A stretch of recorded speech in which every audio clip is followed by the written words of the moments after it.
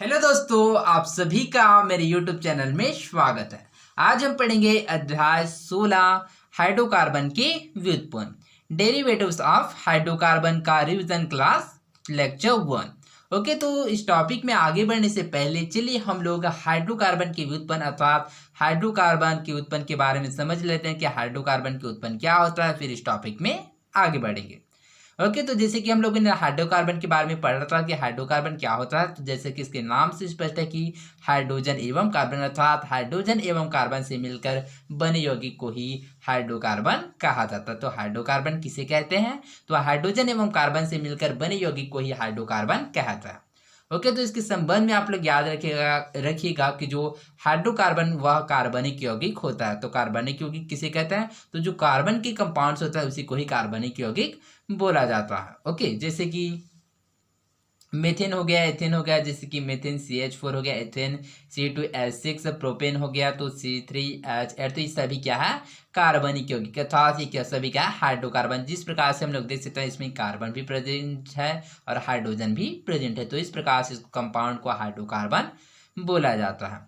व्युत्पन्न, व्युत्पन्न से क्या तात्पर्य है? तो व्युत्पन्न से तात्पर्य होता है उत्पन्न अर्थात किस प्रकार अर्थात इस चैप्टर अर्थात चैप्टर 6 हाइड्रोकार्बन के व्युत्पन्न डेरिवेटिव्स ऑफ हाइड्रोकार्बन में हम लोग जानेंगे कि हाइड्रोकार्बन अर्थात हाइड्रोजन एवं कार्बन से मिलकर बनी यौगिक या जो कंपाउंड है उसका उत्पन्न किस प्रकार से होता है। तो आई होप आप लोगों को हाइड्रोकार्बन के उत्पन्न डेरिवेटिव्स ऑफ हाइड्रोकार्बन के बारे में समझ आ होगा। तो चलिए इस टॉपिक में आगे बढ़ते हैं। तो सबसे पहले हम लोगों ने क्रियात्मक समूह फंक्शनल ग्रुप के बारे में जाना था कि क्रियात्मक समूह या फंक्शनल ग्रुप क्या होता है। ओके, तो क्रियात्मक समूह या फंक्शनल ग्रुप क्या होता है? तो आप लोग इसमें याद रखिएगा कि ऐसी परमाणु अथवा यौगिक जो क्रियाशील होते हैं तथा जो यौगिक के रासायनिक गुणों को निर्धारित करते हैं उन्हें क्रियात्मक समूह या फंक्शनल ग्रुप कहा जाता है। या फिर आप लोग इस प्रकार से भी कह सकते हैं कि परमाणु अथवा परमाणु का वह समूह जो किसी एल्किल मूलक के साथ जुड़कर उस पदार्थ के विशिष्ट व्यवहार को दर्शाता और उस कार्बन यौगिक के रासायनिक गुणों को निर्धारित करता है, उसे ही कार्बनिक रसायन में क्रियात्मक समूह या फंक्शनल ग्रुप कहते हैं। ओके, तो कैसे? तो चलिए इसको हम लोग उदाहरण के द्वारा समझते हैं। जैसे कि परमाणु तो परमाणु का वह समूह, जैसे कि यहाँ पर हम लोगों ने एक परमाणु लिया था जैसे कि CH3 क्या है? एक एल्किल समूह अर्थात इसका नाम क्या है? मेथिल। तो परमाणु का वह समूह जो किसी एल्किल मूलक के साथ अर्थात ये क्या है? एल्किल मूलक अर्थात एक एल्किल समूह है, जुड़कर उस पदार्थ के विशिष्ट व्यवहार को दर्शाता है। ओके, जैसे कि यहाँ पर क्या है? एक कंपाउंड जुड़ा है जैसे कि CHO जुड़ा है, क्या है? CHO। ओके, तो CHO जो किसका क्रियात्मक समूह होता है? तो इसका नाम आप लोग याद रखिएगा, यह कीटोन का होता है, सॉरी यह एल्डिहाइड का होता है। किसका होता है? वो है एल्डिहाइड का होता है। ओके, जैसे कि हम लोग देख सकते हैं किसका होता है?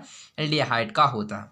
और उस कार्बनिक यौगिक के रासायनिक गुणों को निर्धारित करता है, उसे ही कार्बनिक रसायन में क्रियात्मक समूह फंक्शनल ग्रुप कहते हैं। ओके, तो जो एल्डिहाइड होता है अर्थात जो CHO होता है यही क्या होता है? इस यौगिक अर्थात इस कंपाउंड की जो रासायनिक गुण है उसको निर्धारित करता है, इसे ही उस कार्बनिक रसायन में क्रियात्मक समूह फंक्शनल ग्रुप कहते हैं। जैसे कि इसका नाम हम लोग याद करते हैं तो हमको इजीली पता चल जाएगा। जैसे कि यहाँ पर क्या है? CH3CHO। क्या है? CH3CHO। ओके, तो CHO का जो अनुलग्न होता है अर्थात जो सफिक्स होता है वो क्या होता है? L होता है। कि उसके याद रखिए कि क्या होता है? L होता है। तो चलिए अब इसका IUPAC नाम हमको याद करते हैं। तो यहाँ पर कितने कार्बन प्रेजेंट है? तो यहाँ पर 2 कार्बन प्रेजेंट है, इस वजह से इसका नाम क्या होगा? एथेन। क्या होगा? एथेन। ओके, चूंकि इसका जो CHO समूह जुड़ा है अर्थात एल्डिहाइड समूह जुड़ा है तो इस प्रकार से इसका जो IUPAC नाम क्या होता है? एल जुड़ता था, एल। तो इस प्रकार से इसका जो नाम होगा क्या होगा? एथेनेल। क्या होगा? एथेनेल। ओके, तो जैसे कि हम लोग देख सकते हैं कि इस क्रियात्मक समूह अर्थात इस समूह अर्थात इस ग्रुप अर्थात इस एल्किल मूलक की क्या होता है? जुड़कर उस पदार्थ की विशिष्ट व्यवहार को प्रदर्शित करता है अर्थात इस प्रकार से उसको फंक्शनल ग्रुप या क्रियात्मक समूह कहते हैं। तो क्रियात्मक समूह किसे कहते हैं? तो परमाणु अथवा परमाणु का वह समूह जो किसी एल्किल मूलक के साथ जुड़कर उस पदार्थ के विशिष्ट व्यवहार को प्रदर्शित करता है, जैसे कि एथेनॉल, इसका नाम अर्थात पूरा चेंज हो गया। इस प्रकार से क्या है? इसके विशिष्ट व्यवहार को प्रदर्शित करता है, उस कार्बनिक यौगिक के रासायनिक गुण को निर्धारित करता है, उसे ही कार्बनिक रसायन में क्रियात्मक समूह या फंक्शनल ग्रुप कहते हैं। ओके, जैसे कि हम लोग देख सकते हैं यहाँ पर कार्बनिक यौगिकों के कुछ क्रियात्मक समूह जैसे कि यहाँ प्रदर्शित किया गया सारणी 1 में क्रियात्मक समूह का नाम और सूत्र। जैसे कि एल्डिहाइड के लिए COH प्रदर्शित किया गया जिसको हम लोग डायरेक्ट CHO भी लिख सकते हैं। ओके, यहाँ पर बॉन्ड के द्वारा प्रदर्शित किया गया है।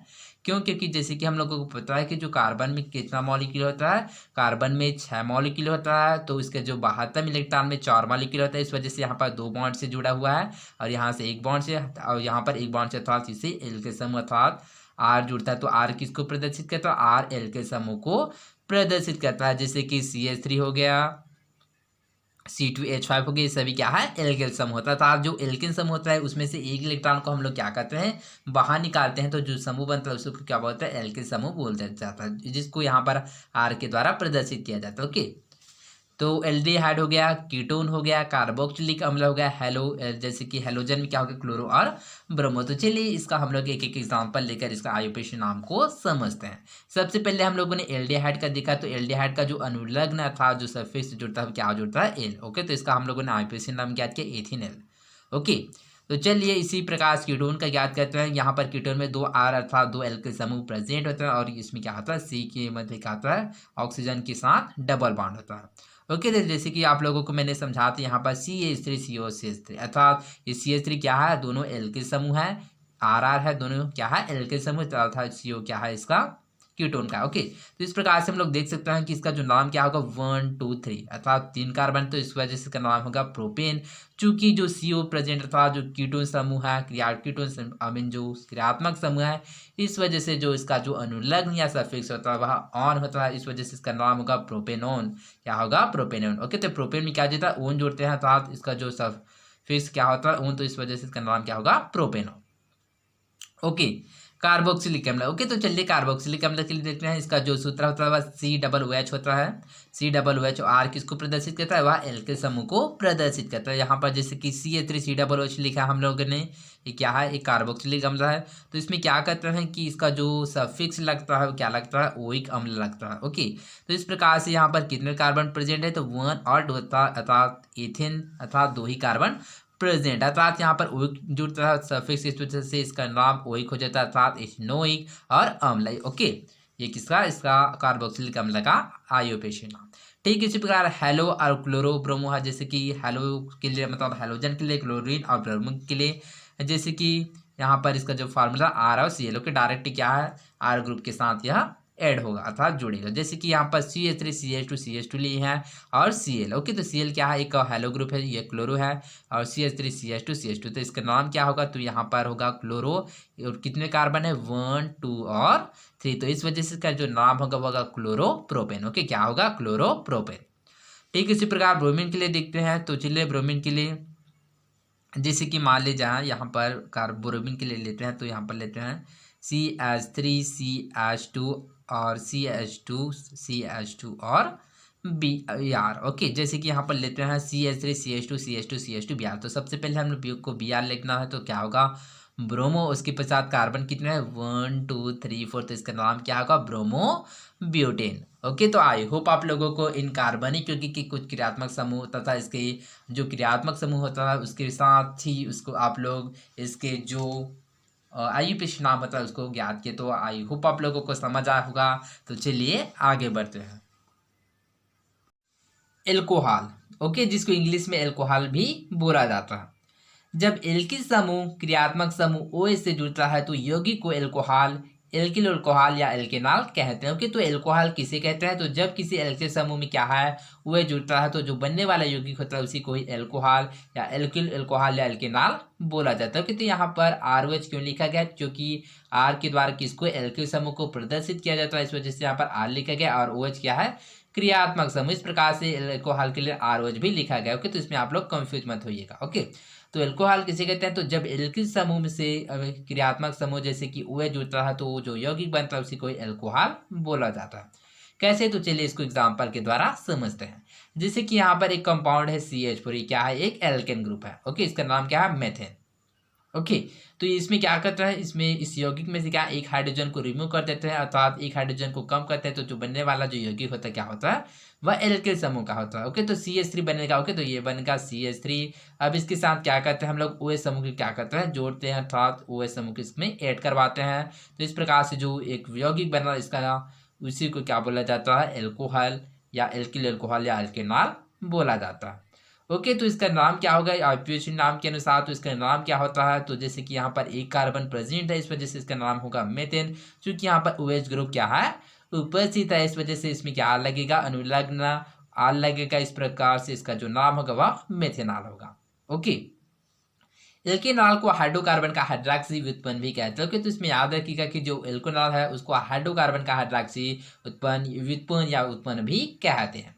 ओके, एल्कोहल का नामकरण, नोमेनक्लेचर ऑफ एल्कोहल। ओके, तो चलिए नोमेनक्लेचर ऑफ एल्कोहल या फिर जो एल्कोहल का नामकरण वह किस प्रकार से किया जाता है। जैसे कि यहाँ पर कुछ हाइड्रोकार्बन दिया गया, जैसे कि मेथेन हो गया, एथेन हो गया। तो यहाँ पर आईयूपीएसी नाम, जैसे कि आईयूपीएसी नाम में हम लोगों को यह करना है कि जो मेथेन जैसे कि एथेन हो गया, इसका जो ई होता है उसको क्या करता है, हमको रिमूव करना है, अर्थात ई को हटाना है और वेल जुड़ना है। इस वजह से यहाँ पर मेथेन का मेथेनॉल हुआ, एथेन का एथेनॉल, और ठीक इसी प्रकार प्रोपेन का प्रोपेनॉल, इसी प्रकार ब्यूटेन का ब्यूटेनॉल होगा। अर्थात इसी प्रकार से हम लोगों को क्या आईयूपीएसी नाम को ज्ञात करना। ओके, तो जिस प्रकार से यहाँ पर ई को रिमूव किया गया और यहाँ पर OL जोड़ा गया, जिसकी वजह से इसका नाम क्या होगा, मैथेनॉल। क्या हुआ, मैथेनॉल। ओके, इसका फार्मूला भी प्रेजेंट किया गया, जैसे कि यहाँ पर CH3OH, यहाँ पर CH3CH2OH, यहाँ पर प्रोपेनॉल का होगा 3 कार्बन प्रेजेंट होगा, तो इस वजह से यहाँ पर CH3CH2CH2OH प्रेजेंट लिखा गया है। और ब्यूटेन में क्या 4 कार्बन होगा, तो इस वजह से यहाँ पर इसका जो नाम है वह CH3CH2CH2CH2OH होगा। ओके, तो आई होप आप लोगों को इसका आईयूपीएसी नाम समझ आया होगा कि इसका आईयूपीएसी नाम या नोमेनक्लेचर ऑफ एल्कोहल्स किस प्रकार से किया जाता है, कि जो ई को क्या है, ई के स्थान पर OL समूह को जोड़ा जाता था, ई के स्थान पर OL को लगाया जाता है, और इस वजह से इसका जो अनुलग्न होता है वह R होता है। इस वजह से इसका जो नाम होगा मैथेनॉल, एथेनॉल, प्रोपेनॉल, ब्यूटेनॉल इस प्रकार से होता है। ओके, तो आई होप आप लोगों को समझ आया होगा। ओके, तो चलिए हम लोग आइसोमर्स अर्थात जो समावेशिता होता है उसके बारे में समझ लेते हैं, कि हम लोगों ने समावेश के बारे में जानना था, कि जैसे कि यहाँ पर कुछ स्ट्रक्चर दिए गए हैं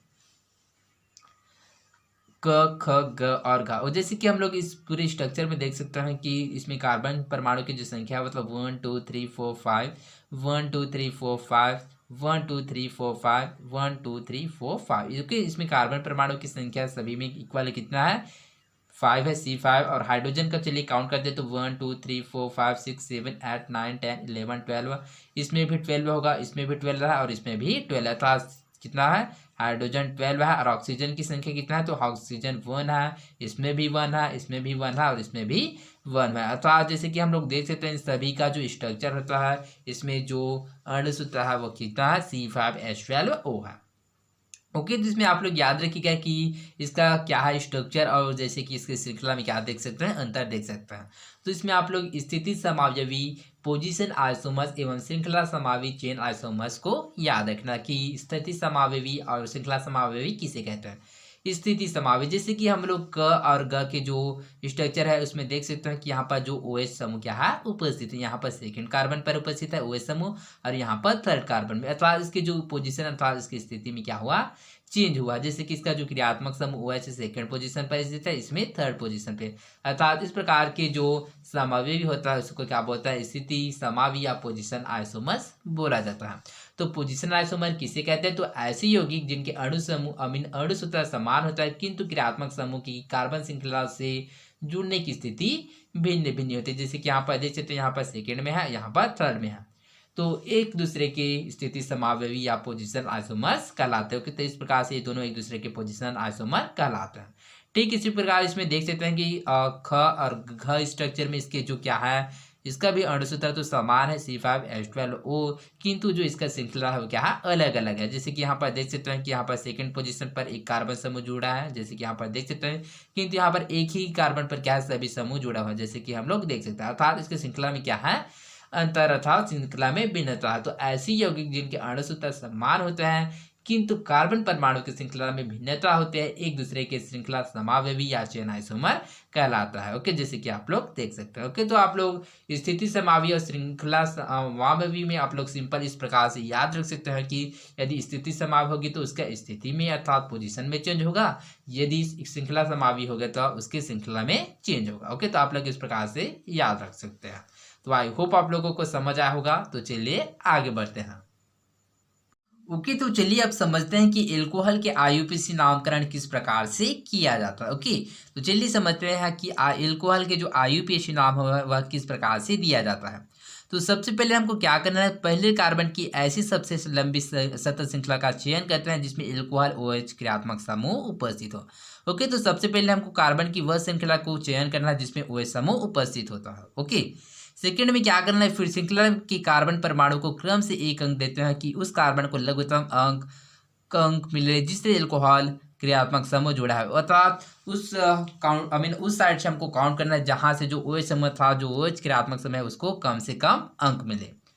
उसके पश्चात हमको अब यौगिक का नाम लिखने के लिए हाइड्रोकार्बन के नामकरण के समान प्रतिस्थापित समूह के स्थान संख्या फिर लघु रेखा, उसके बाद प्रतिस्थापित समूह का नाम मूल भाग फिर लघु रेखा, उसके बाद OH की स्थान संख्या के साथ लघु रेखा लिखते हुए अनुलग्न आल OL लिखा जाता है। ओके, तो जैसे कि आप लोग इस प्रकार से समझ सकते हैं, जैसे कि सबसे पहले हमको क्या करना है कि इस पूरे स्ट्रक्चर में क्या है, सबसे पहले इस कार्बन परमाणु की जो संख्या उसको हमको काउंट करना है कि कितना कार्बन परमाणु है, उसके पश्चात उसका नाम लिखना है, उसके पश्चात हमको क्रियात्मक समूह OH को देखना है कि वह किस स्थान पर स्थित है, उसके पश्चात उसके अंक को लिखना है, उसके पश्चात जो एल्कोहल का जो अनुलग्न होता है, जो सफिक्स होता है, उसको लिखना है। ओके, तो आप लोग एल्कोहल के आईयूपीएसी नामकरण में आप लोग इसके जो निर्देश जो इंस्ट्रक्शन है उसको याद रखिएगा। तो सबसे पहले हमको क्या करना है, तो सबसे पहले हमको कार्बन की ऐसी लंबी श्रृंखला का चयन करना है जिसमें कि वह समूह उपस्थित हो, तो जैसे कि इस प्रकार से हम लोग देख सकते हैं। सेकंड में क्या करते हैं, सेकंड में हमको उस कार्बन परमाणु से क्या है काउंटिंग शुरू करना है जहां से जो OH समूह है वह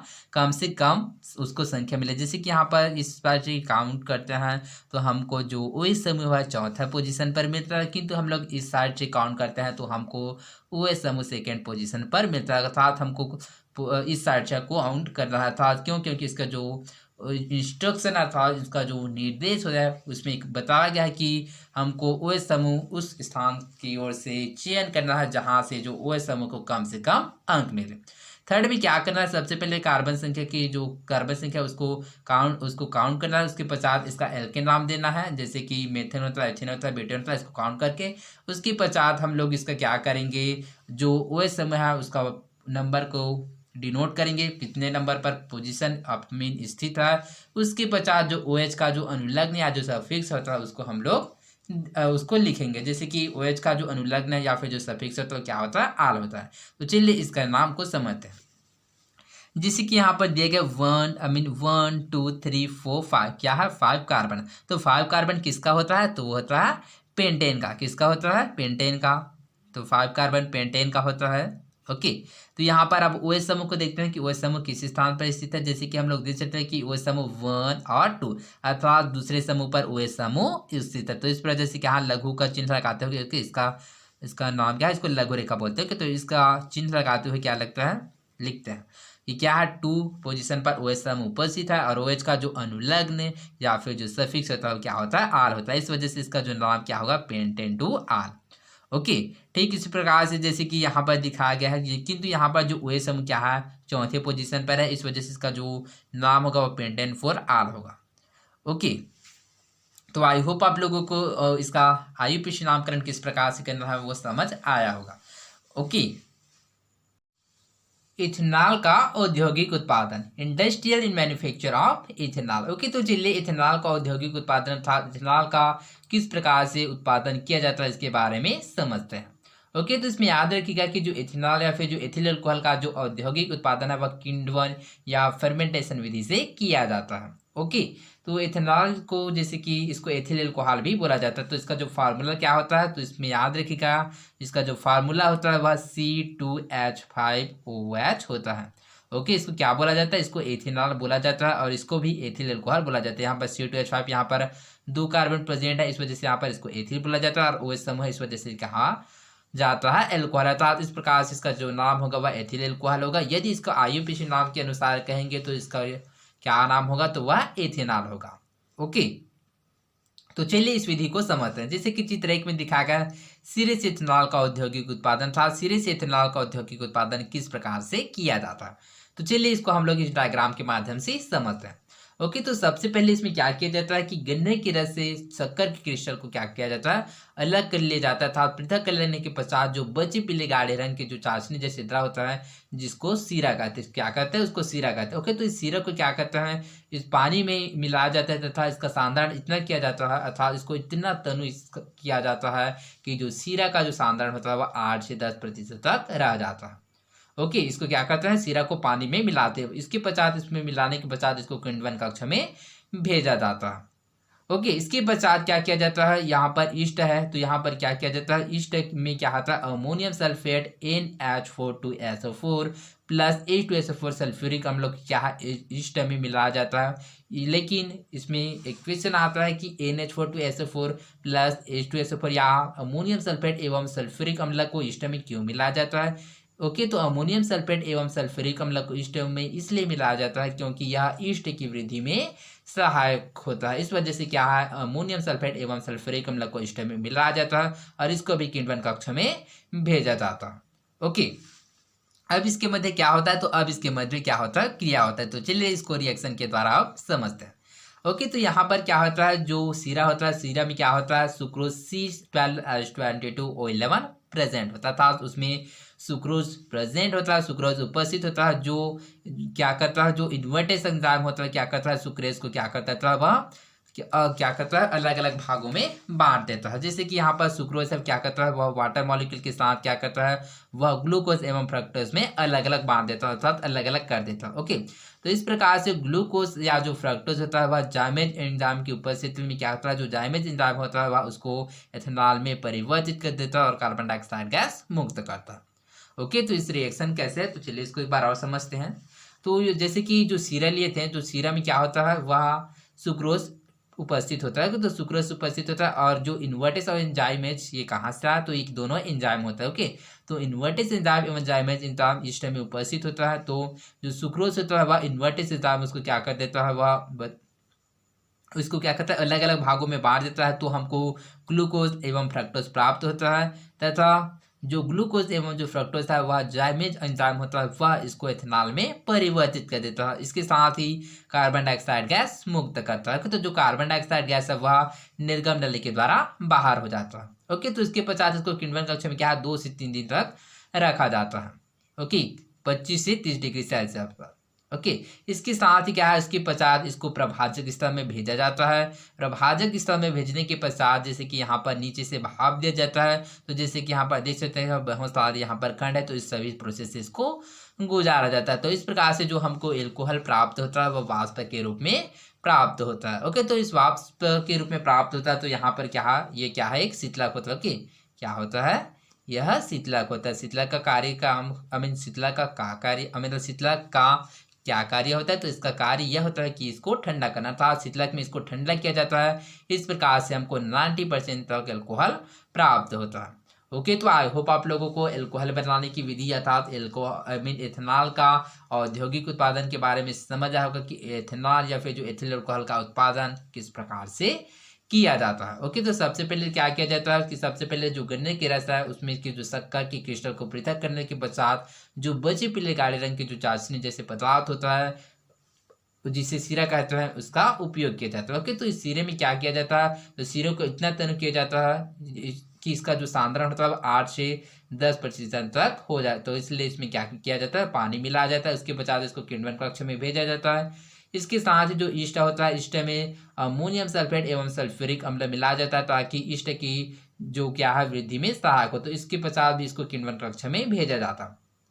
ओके, यहाँ तक समझ आया होगा। तो इसके पश्चात क्या होता है जो सीरा होता है सीरा में उपस्थित जो सुक्रोज होता है C12H22O11 में क्या होता है यह एवं जो ईस्ट में उपस्थित इन्वर्टेज एंजाइम इसके साथ ही जाइमेज एंजाइम उपस्थित होते हैं। तो इन्वर्टेज एंजाइम होता है वह सुक्रोज को क्या करता है वह बदल देता है अर्थात अलग अलग भागों में बांट देता है, तो हमको ग्लूकोज एवं फ्रक्टोज प्राप्त होता है। ओके, तो यहाँ पर जैसे कि आप लोग देख सकते हैं C12H22O11 प्लस H2। ओके, तो यहाँ पर C6H12O6 प्लस C6H12O6 में बांट देता है। ओके, दोनों का जो फार्मूला होता है वह सेम होता है ग्लूकोज और फ्रक्टोज का, जैसे कि आप लोग देख सकते हैं। ओके, तो इसको यदि समीकरण संतुलित है कि नहीं तो इसको चेक करने के लिए चलो चेक करते हैं तो यहाँ पर देख सकते हैं कि यहाँ पर कार्बन 12 है, यहाँ पर 6 और 6 क्या 12 है, यहाँ पर H22 यहाँ पर 2 है, तो जो हाइड्रोजन की संख्या कितना 24, तो यहाँ पर 12, यहाँ पर 12 है, और ऑक्सीजन की संख्या कितना 11 + 1 अर्थात 12, अर्थात ऑक्सीजन 6 ऑक्सीजन 6। इस प्रकार से क्या है जो इक्वेशन जो समीकरण वह संतुलित है। ओके, जो इन्वर्टेड सिस्टम मतलब क्या है सुक्रोज को अलग अलग भागों में बदल देता है।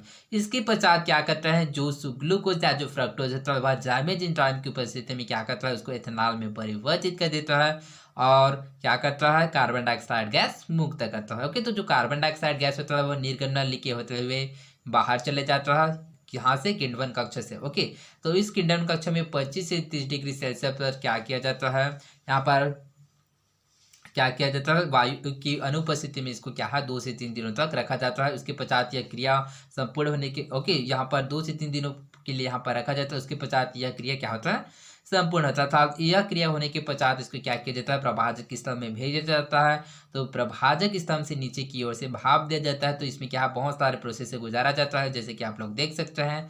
इसके पश्चात जो हमको एल्कोहल होता है वह भाप के रूप में अर्थात वाष्प के रूप में प्राप्त होता है। उसके पश्चात यहाँ पर शीतलक में इसको ठंडा किया जाता है। तो इस प्रकार से हमको 90% तक एल्कोहल प्राप्त होता है। ओके, तो आई होप आप लोगों को समझ आ होगा। एल्कोहल के गुणधर्म प्रॉपर्टीज ऑफ एल्कोहल्स। ओके, तो चलिए प्रॉपर्टीज ऑफ एल्कोहल्स एल्कोहल के गुणधर्म के बारे में समझते हैं। ओके, तो जो सामान्यतः एल्कोहल क्या बहुत ही दुर्बल अम्लीय से लेकर उदासीन स्वभाव के होते हैं। क्योंकि इसमें याद रखिएगा कि जो एल्कोहल के गुणधर्म क्या होता है तो यह सामान्यतः बहुत ही दुर्बल अम्लीय व उदासीन स्वभाव के होते हैं।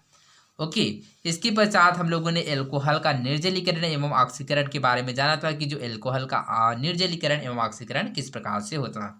जैसे कि यहाँ पर दिखाया गया एल्कोहल का निर्जलीकरण डिहाइड्रेशन ऑफ एल्कोहल्स। ओके, तो एल्कोहल का निर्जलीकरण होने से क्या होता है तो एल्कोहल का निर्जलीकरण होने से क्या होता है जो वाटर के जो मॉलिक्यूल होता था जो जल की जो मॉलिक्यूल होता है वह बाहर निकल जाता है तथा हमको एथेन प्राप्त होता है। जैसे कि हम लोग देख सकते हैं कि एल्कोहल को शांत सल्फ्यूरिक अम्ल की उपस्थिति में 443 केल्विन पर गर्म करने पर OH और समीपस्थ कार्बन अर्थात OH एवं समीपस्थ कार्बन का हाइड्रोजन जुड़कर पानी बनाकर अलग हो जाता है। कि ये दोनों आपस में मिलकर क्या बनाता है वाटर के मॉलिक्यूल बनाकर अलग हो जाते हैं। इस तरह एल्कोहल के निर्जलीकरण से एल्किल बनता है। तो इस प्रकार से एल्किन बनता है कि तो यहाँ पर 2 कार्बन प्रेजेंट है इस वजह से इसका नाम क्या होगा एथीन होगा। ओके, ये क्या है एल्किन समूह बनता है तो इस वजह से इसका जो नाम क्या है 2 कार्बन प्रेजेंट है इस वजह से इसका जो नाम होगा वह एथीन होगा। तो जैसे कि हम लोग देख सकते हैं कि यहाँ एल्कोहल है, जैसे कि यहाँ पर देख सकते हैं क्या है एक एल्कोहल है। तो इसका जो नाम क्या है वह C2H5OH है एथिल एल्कोहल। जैसे कि देख सकते हैं C2 है हाइड्रोजन 5 1 2 3 4 एंड 5 और OH समूह। ओके, तो इसको क्या कहते हैं सांद्र H2SO4 सांद्र सल्फ्यूरिक अम्ल की उपस्थिति में गर्म करने पर क्या करता है हमको एथीन अर्थात एल्किन प्राप्त होता है। ओके, जैसे कि आप लोग देख सकते हैं हम लोग इस प्रकार से प्राप्त होता है तथा जल के मॉलिक्यूल बाहर हो जाता है। एल्कोहल का ऑक्सीकरण ऑक्सीडेशन ऑफ एल्कोहल। तो अल्कोहल का ऑक्सीकरण किस प्रकार से होता है तो एल्कोहल का प्रबल ऑक्सीकरणों की उपस्थिति में ऑक्सीजन से ऑक्सीकरण होता है और कार्बोक्सिलिक अम्ल बनाता है। ओके, तो जो एल्कोहल का जो ऑक्सीकरण होता है तो क्या होता है कार्बोक्सिलिक अम्ल बनाता था। इसमें क्या होता है ऑक्सीजन ऐड होता जाता है। जैसे कि देख सकते हैं यहाँ पर C2H5OH क्या है एथिल एल्कोहल है। तो ऑक्सीकारक की उपस्थिति में क्या होता है यह जो OH जैसे कि यहाँ पर देख सकते हैं कि CH3COOH+H2 में बढ़ जाता था। इस प्रकार से हमको एथेनॉइक अम्ल प्राप्त होता है। ओके, जैसे कि आप लोग देख सकते हैं जैसे कि यहाँ पर क्या होता है ऑक्सीकारक जैसे कि O2 ऑक्सीजन एवं O3 ये क्या होता है ऑक्सीकारक होते हैं। यहाँ पर क्या ऑक्सीजन एड होता है जैसे कि H2 यहाँ पर एक मॉलिक्यूल यहाँ पर मतलब H2 के 2 मॉलिक्यूल और यहाँ पर एक ऑक्सीजन बाहर निकल गए तो बचे क्या CH3 और यहाँ पर एक कार्बन है तो यहाँ पर C और उसके पचास डबल ऑक्सीजन H। ओके, चलिए इसको मैं आप लोगों को नीचे से समझाता हूँ ताकि आप लोगों को अच्छे से समझ आ जाए। जैसे कि हमको दिया गया C2H5OH। तो चलिए इसके स्ट्रक्चर को तोड़ते हैं तो हमको इस प्रकार से भी लिख सकते हैं CH3CH OH। ओके, एक मिनट CH3CH2OH लिखा है। ओके, क्योंकि यहाँ पर हाइड्रोजन की संख्या 5 है तो 3 to 5 और C2 और OH। ओके, तो CH3CH2OH को क्या करते हैं ऑक्सीकारक की उपस्थिति में क्या बनता है CH3COOH CH3 बनता है CH3C। उसके पश्चात क्या होता है ऑक्सीकारक क्या करता है ऑक्सीजन का क्या करता है वह यहाँ पर क्या है H2 यहाँ पर दिख रहा है ये क्या है, H2O जल के जो मॉलिक्यूल सबसे पहले बाहर कर देते हैं। तो बचा क्या, CH3 बचा है। तो यहाँ पर ऑक्सीकरण की उपस्थिति में ऑक्सीकरण होता है, इस वजह से ऑक्सीजन ऐड होता है और बचा क्या, हाइड्रोजन। तो इस प्रकार से हम लोग देख सकते हैं कि क्या मिल रहा है हमको, कार्बोक्सिलिक अम्ल मिल रहा है। ओके, तो यहाँ पर 2 कार्बन प्रेजेंट है, इसकी वजह से इसका जो नाम होगा एथेन होगा। किंतु इसका जो IUPAC नाम है, इसका जो अनुलग्न होता है ओइक होता है, इस वजह से इसका जो नाम क्या होगा, एथेनोइक अम्ल। ओके, तो आई होप आप लोगों को समझ होगा कि एल्कोहल का ऑक्सीकरण करने पर हमको कार्बोक्सिलिक अम्ल प्राप्त होता है।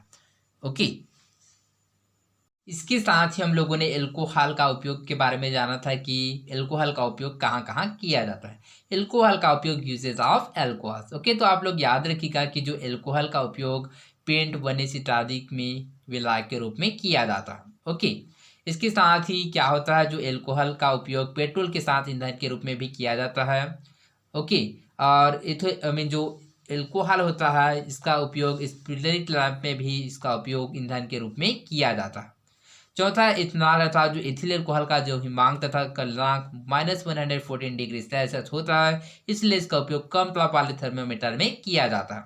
यह आसानी से तथा एक साथ रूप में फैलने वाला रंगहीन द्रव है। इसमें लाल रंग का रंजक मिलाया जाता है ताकि तापक्रम को आसानी से पढ़ा जा सके। पांचवा, ग्लाइकॉल और ग्लिसरॉल भी एक प्रकार की एल्कोहल ही है। ये एल्कोहल साबुन, दवाई और कार के रेडिएटर में प्रतिशीतलक एंटीफ्रीज के रूप में उपयोगी है। इसके साथ ही छठवा इथेनॉल का उपयोग चिकित्सा के क्षेत्र में निर्जमीकारक स्टीरियलाइजिंग एजेंट के रूप में भी किया जाता है। तो इस प्रकार की क्या है, एल्कोहल के उपयोग या यूजेस ऑफ एल्कोहल अर्थात एल्कोहल का उपयोग किया जाता है। तो आई होप आप लोगों को समझ आएगा। तो आज के लिए बस इतना ही, मिलते हैं अगले वीडियो में। धन्यवाद।